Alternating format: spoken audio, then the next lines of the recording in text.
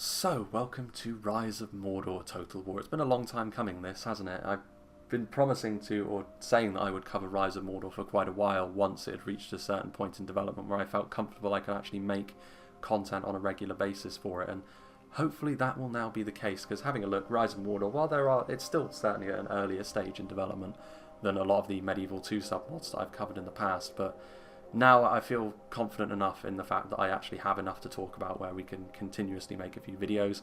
And we'll start off by really going back to basics with regards to what my channel was about way back when I started it, and that's going to be faction overviews and top 5/top 10 lists. And we'll start off with these top 5s, and it will be top 5s because even though it is further along in development at this point, Rise of Mordor, there are still a limited sample of units that you can pick from, and ultimately with some categories of units there aren't even 10 to pick from, so it makes sense to make it a little bit smaller, and also this will allow me to more easily update these when potentially new bigger patches in the future come out.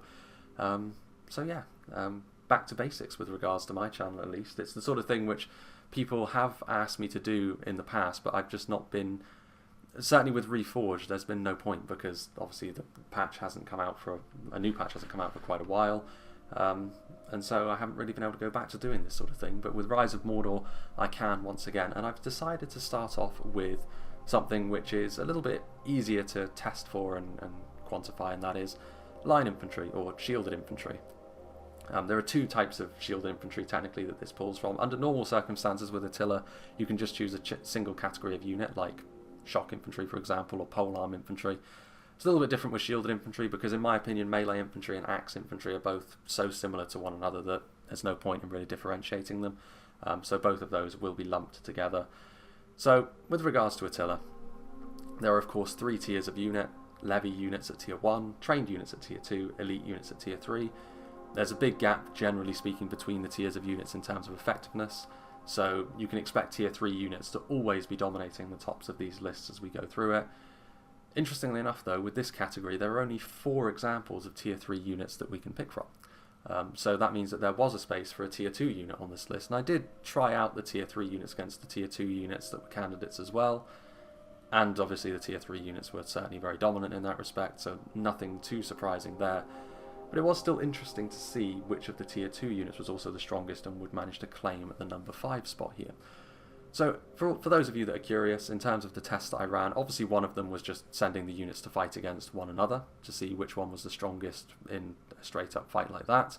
Another thing was sending them against a horde of lower tier units to see A, how many kills they could get, and also how quickly, to see how efficient they can be in the engagements where you expect them to be dominant 1v1 but also they're outnumbered and such. Being that Attila is what it is, elite units are very, very superior to these lower tier units as well, so that quality versus quantity thing does come into play there, but it is still interesting to note which of these units is going to be more effective at dealing with small amounts of damage over time and slowly mulching their way through larger quantities of enemies. It's also where the extra defensive aspects of being a shielded unit come into play. And speaking of which, another thing that I did was to see how resilient they were to ranged fire, both low tier ranged fire and higher tier ranged fire, to see obviously how much punishment they can take in that regard. It's a very important aspect of shielded infantry that they're able to do that, because it's one of the main factors that you would pick a unit like this over something like shock infantry, which is obviously going to be a lot more dangerous in melee when they're on the attack, or something like polearms when they're on the defense. But yeah, those were the 3 main aspects, so fighting one another, and then their abilities defensively both in melee and at range, and then collating that. Now interestingly enough, I didn't have to get too complicated with regards to how I differentiated it, because as I was going along it was actually very clear which units belonged where. Really the only thing to note really was which of the tier 2 units was going to get onto the list. It was one of 2, and also which of the 2 strongest units was ultimately going to sit on top of the tree, so to speak. But regardless, I'll talk about my methodology as we go through each of the units individually, I'm sure. Without further ado, let's get into number 5, shall we? So, coming in at number 5, we have the Lasgalen Blades of the Woodland Realm. The Woodland Realm being one of those factions which doesn't have too many units to pick from, actually. They do seem a little bit less developed than certain others, but what units are there are generally pretty impressive, and the Lasgalen Blades being the best of the tier 2 units that are in this category is telling there. The main competition they had for this spot, there were two units which were really head and shoulders above the others, this one and the Gondor Sword Infantry. The Gondor Sword Infantry had slightly more men in the unit, 140, whereas the Lasgalen Blades here only have 100, so that's a fairly significant difference. And also they had a better armour value by a score of 10, but in every other aspect really, the Lasgalen Blades are the superior unit. And yeah, I would say that in terms of what they're going to offer you, they will lose to the tier 3 units, but that's not terribly surprising. Attila, with those really distinct tiers, means that it shouldn't really be too much of a surprise. But the Lasgalen Blades were perhaps a little bit closer to the other tier 3 units than you would immediately think. They would initially hold their own actually in 1v1 fights, as far as I would tell, but as the battle wore on, they would ultimately start to fall by the wayside a little bit. It's also not too surprising to see an Elven unit claim this distinction. There are only so many Elven units in the game as it stands, but even still, you kind of expect that little bit of extra quality when it comes to the Elves, and in some respects they actually do hold their own against the tier 3 units as well, especially with regards to some of their melee stats. Their attacking abilities in particular are pretty good. They've got good health as well. Also, a distinction that the Elven units in particular seem to have is the fact that they are resistant to fatigue, and the fact that their speed doesn't suffer too much either means that they don't actually have one of the same weaknesses that all the other units really on this list have, and the fact that they do have that little bit of extra longevity in a fight can be pretty significant as well, of course, because it means your stats won't be dropping quite so severely as the battle goes along. But yeah, really, when it comes to trying to compete with the units that were above them and why they're not a little bit higher on this list, really it just comes down to the fact that the units above them have got better stats in key areas for a unit like this, particularly with regards to their defensive abilities. Their armour isn't quite as high as some of the units that are above them. Also the fact that tier 3 units, it's not like bodyguards in Medieval 2 where all of those units are fairly small in number. The Lasgalen Blades have 100 men in the unit, and that's less actually than a couple of the units that are above them in the tier 3 category. So their elven nature actually does count against them a little bit there, because it means that they're still at a disadvantage numerically, but all of a sudden they're also on the back foot in terms of quality as well. But even still, the Lasgalen Blades still represent a really good unit of line infantry, and also they aren't subject to the same sort of restrictions that tier 3 units are often subject to, in the sense that you can only bring so many of those kinds of units before you can no longer bring more. So it's a little bit easier perhaps to fill out your army with an entire line of Lasgalen Blades than it would be for the units that are above them. Even so, a pretty good unit indeed, but we shall now move on to number 4, where we'll start to get into the tier 3 units. So, coming in at number 4, we have the only human unit on this list, because it's the only human unit of tier 3 heavy melee infantry that there is, and that is the Vinland Guards of Dale, or should I say Dorwinion. It certainly has the look and the naming convention that you would expect from a force from Dorwinion, and perhaps this is the true result of humans being given a boost and training by the Avari elves, a unit of this quality. But yeah, it does pretty much exactly what it says on the tin as a tier 3 heavy melee infantry unit. They're obviously very impressive in melee. They've got a lot of longevity because of their defensive stats. Very high armour values at 95. Their health actually isn't as high individually as the Lasgalen Blades we saw before, but there are 120 of them, and their other defensive stats do make up for that anyway. One thing that's worth mentioning is, unlike the Elven units, they are not resistant to fatigue, and their stamina is relatively poor. Obviously, wearing all that heavy armour does mean that you're going to drop in effectiveness just a little bit more quickly, as you are squishy humans underneath all of that plate armour. Even still, a very, very impressive unit based on what I have observed and seen. You're going to have a lot of defensive abilities both in melee and at range, of course. Their missile block chance is decent. But yeah, obviously tier 3 units are always going to be higher up on the power scale than tier 2 units, so it wasn't too surprising to see the Vinland Guards were able to defeat stuff and be more effective in that general area than stuff like the Lasgalen Blades or the Gondor Sword Infantry. So really the question remains, why aren't they higher up on this list? What makes them, in my opinion, the least of the tier 3 units of line infantry? That has more to do with what the other units have, more so than what the Vinland Guards aren't capable of doing. Like, the Vinland Guards don't really have anything too special about them, whereas the other 3 units in different ways do. They are very close in terms of overall effectiveness to the unit that's just above them, but the little bit of extra utility that that unit has means that the Vinland Guards can't really get any higher up on the scale, in my opinion. But I have to say, I really do like the look of the Vinland Guards. They have that certain unique element about them. I really do like the way that they've decided to represent this kind of unit, especially with their swords and shields. I have to say, it looks very regal. But yeah, overall, I would say that they're still a very strong unit, and it's worth mentioning as well that when you get up into the tier 3 units, because they are intended to be sort of bodyguard, centerpiece kind of units, they will have the stuff like the disciplined trait where they're not going to suffer morale penalties when the general runs away, but they're also going to be able to encourage units that are around them. And again, when it comes to these units that you are making the centerpiece of your army, that is kind of to be expected. All of the units from here on out will have that sort of thing. Some of them will have extra things as well.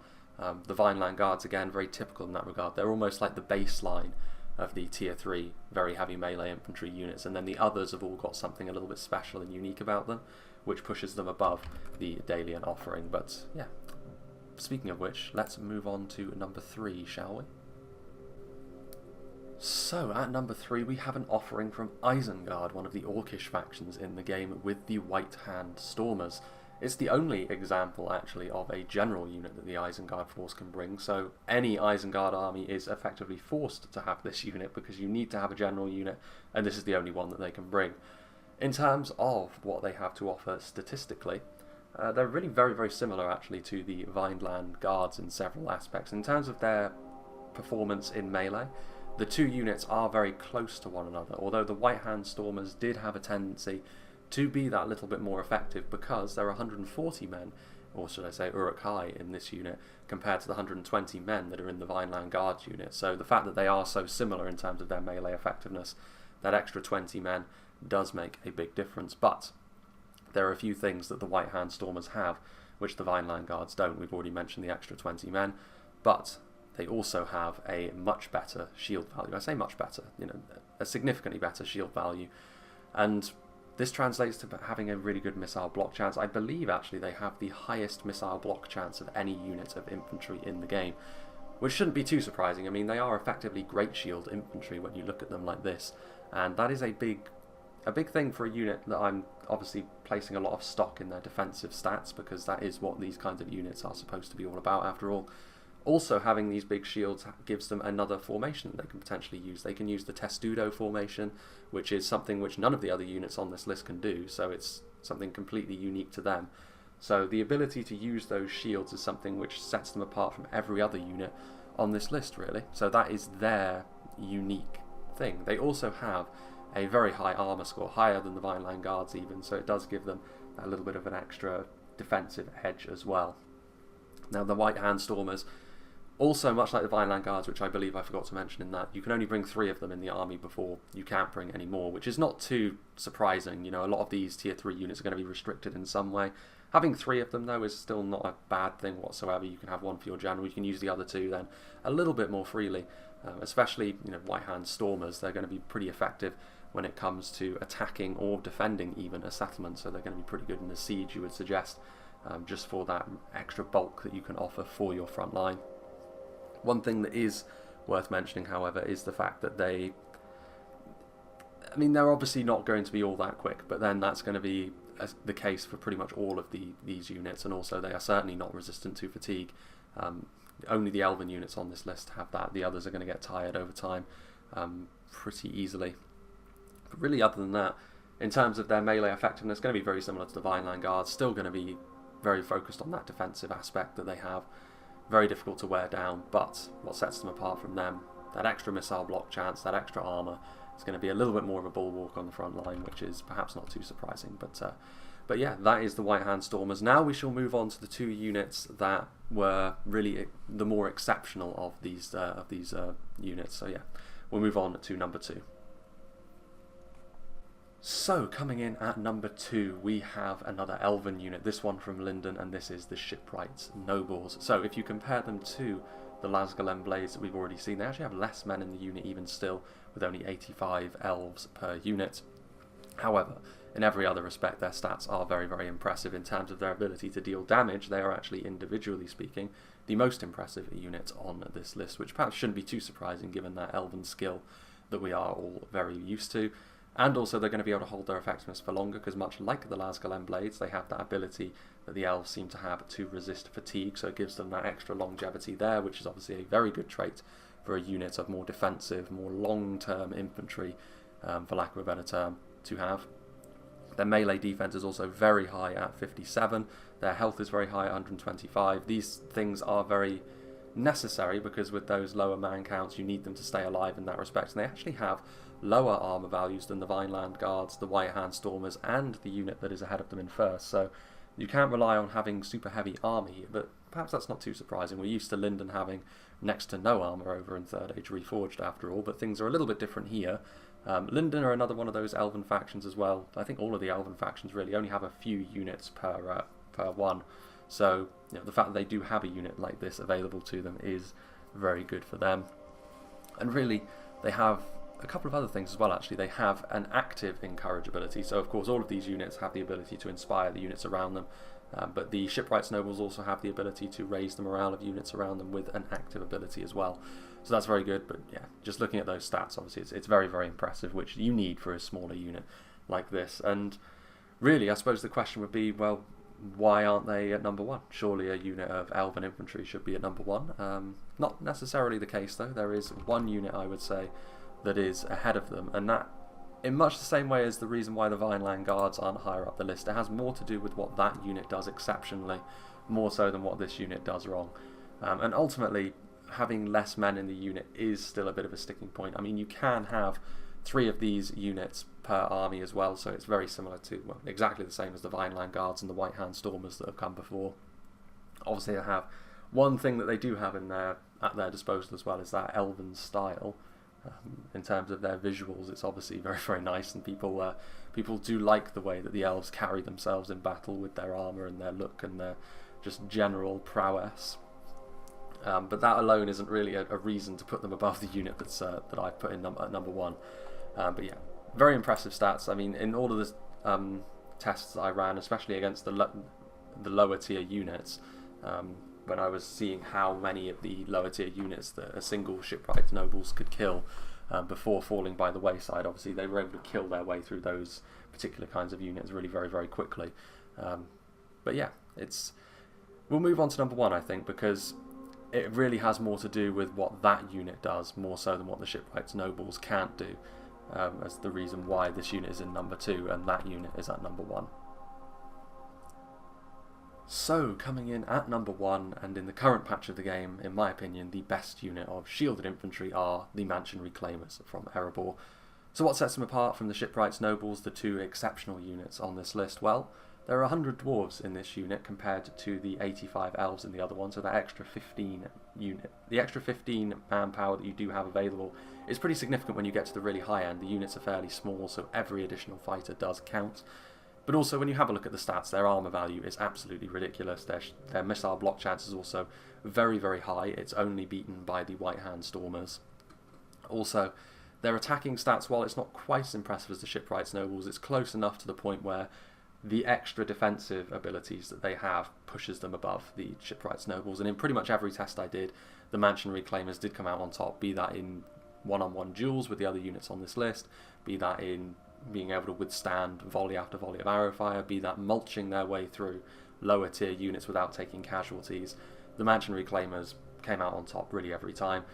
The one thing to mention is they are classified as very heavy axe infantry rather than very heavy melee infantry, but to be honest with you, the differences between axe infantry and melee infantry are kind of non-existent, so it doesn't really matter. I mean, the important thing here is they are definitely intended to be a more defensive infantry unit, sort of holding that line, shields up, that sort of thing, and also they're clearly not a unit of shock infantry because the charge bonuses of all of these units on this list are the same at 20. And with regards to their special abilities, they also have an active encourage ability. They do have poor stamina, which is another point in favour of the Shipwright Nobles below them, but in other respects it's the same. They are also resistant to the cold, however, so the unit does actually tire less quickly when you're in the snow.